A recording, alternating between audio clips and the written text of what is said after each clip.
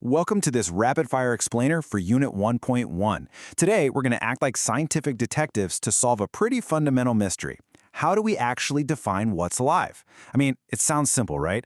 But honestly, our human intuition has a funny way of betraying us when we look at the natural world. See, our brains are completely hardwired to notice movement and change, and that can easily trick us into seeing life where there's literally none at all. Because of that, science just can't rely on gut feelings. As we dive into the core principles of biology today, we're going to see that defining life is this fascinating puzzle. It requires a very specific, totally uncompromising set of clues.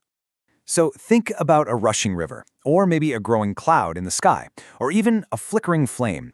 Is it possible that they're alive? Well, it's incredibly easy to look at these things and just assume they might be living entities simply because they move around or change size. In fact, early human civilizations often believed that elements like fire were living spirits for this exact reason.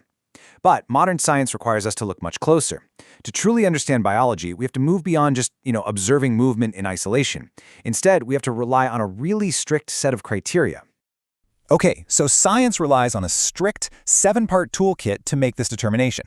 Rather than just a random list of traits, I want you to think of these rules as 3 core pillars. First up, there's energy. An organism absolutely has to need food, water, and air, and it definitely has to produce waste. Next is interaction. The entity must be capable of moving and actually sensing the world around it. And finally, there's longevity. It's got to grow over time and eventually produce young to continue its genetic line. Here's the kicker, though.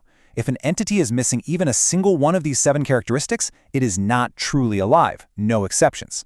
You see, biology is ultimately a ruthless pass-fail test. Getting 5 out of 7? Yeah, that just isn't going to cut it. When we apply this strict checklist, the distinctions become crystal clear. Just consider a goat, a tree, and a cloud. Now, a cloud might easily pass the movement test as it shifts across the sky. But when we run it through the rest of the gauntlet, it completely fails. Its total inability to consume biological nutrients or reproduce definitively disqualifies it. Meanwhile, the plants and animals pass with flying colors, proving they possess the full biological toolkit. Applying this checklist allows us to confidently categorize our entire environment. It draws a firm line between the active participants in an ecosystem and the inert materials. Take an eagle soaring overhead, or a young plant sprouting right out of the soil. They are dynamic participants, right? They're constantly exchanging gases and seeking out nutrients. Now contrast that with the gravel beneath our feet. Gravel doesn't need air or water, it definitely doesn't process waste, and, well, it certainly won't sprout baby rocks. It's really just part of the landscape, firmly residing in the non-living category. But hey, here is a fascinating twist.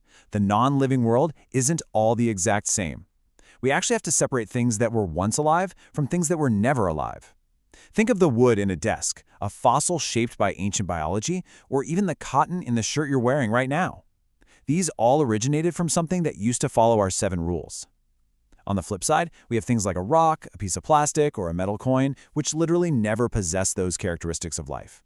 And understanding this distinction, it's deeply important for how we manage our world today, especially when you think about things like decomposition and our approach to modern recycling. So, to wrap up this explainer, I've got a modern puzzle to test your brand new classification skills. Is a robot alive? Think about the friction here for a second. A modern robot can easily navigate a room. It can sense its environment with advanced sensors, and it certainly consumes electrical energy to function. But look back at our strict biological pass-fail test. Can it naturally grow? Does it respire? Will it ever autonomously have young? As we continue to push the absolute boundaries of artificial intelligence, will a machine ever truly cross the threshold to become alive? Well, I'm going to let you think like a scientist and decide that one for yourself.